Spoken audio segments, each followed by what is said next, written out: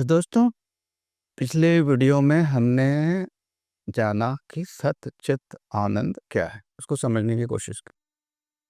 ये बात तो कुछ मिनट में समझ में आने वाली नहीं है, तो इस बड़ा अभ्यास लगता है और जीवन ही इसे सिखाता है, प्रकृति में हम सीखते हैं। तो आज हम जानने की कोशिश करते हैं कि सत क्या है, उसके थोड़े से डिटेल में जाते हैं।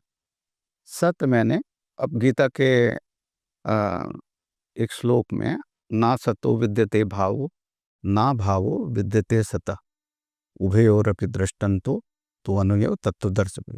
सत वस्तु का तीनों काल में अभाव नहीं है और असत वस्तु का अस्तित्व नहीं है। इसको थोड़ा सा समझ लेते हैं।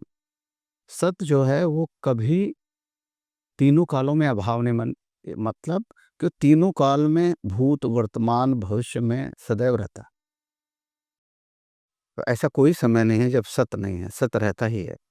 और जो असत वस्तु है, जिसको हम कहते हैं कि आज है कल नहीं है, वो उसका अस्तित्व ही नहीं है। वस्तुतः वो एक इल्यूजन है जो प्रतीत होता है पर है नहीं, या बहुत क्षणिक है, उस क्षण में प्रतीत होता है और वो क्षण जब गुजर जाता है तब उसका आभास भी मिट जाता है।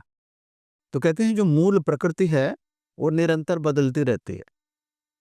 तो द्वैत वेदांत में मूल प्रकृति और पुरुष को सत कहा गया कि दोनों सत्य है, लेकिन अद्वैत वेदांत में सिर्फ एक ही को माना गया है और मूल प्रकृति को उसकी छाया माना गया है।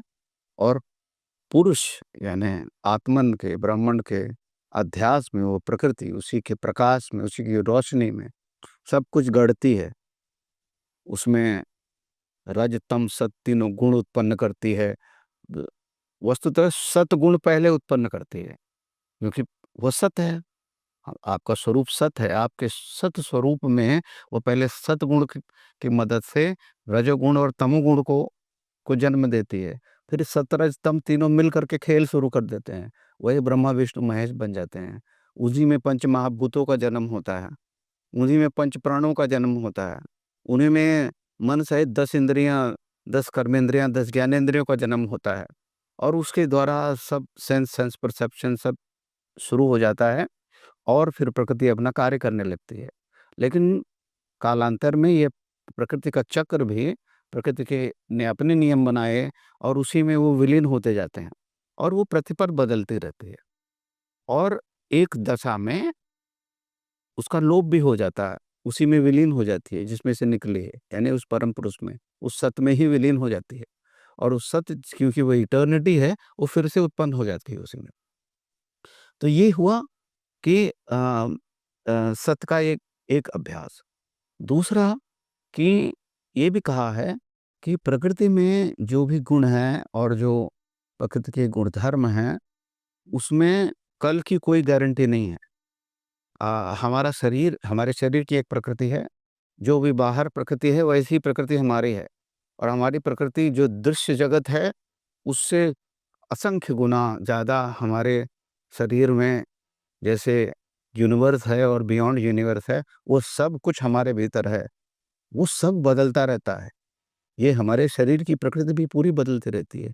हमारे शरीर की कोशिकाएँ बदलती रहती हैं।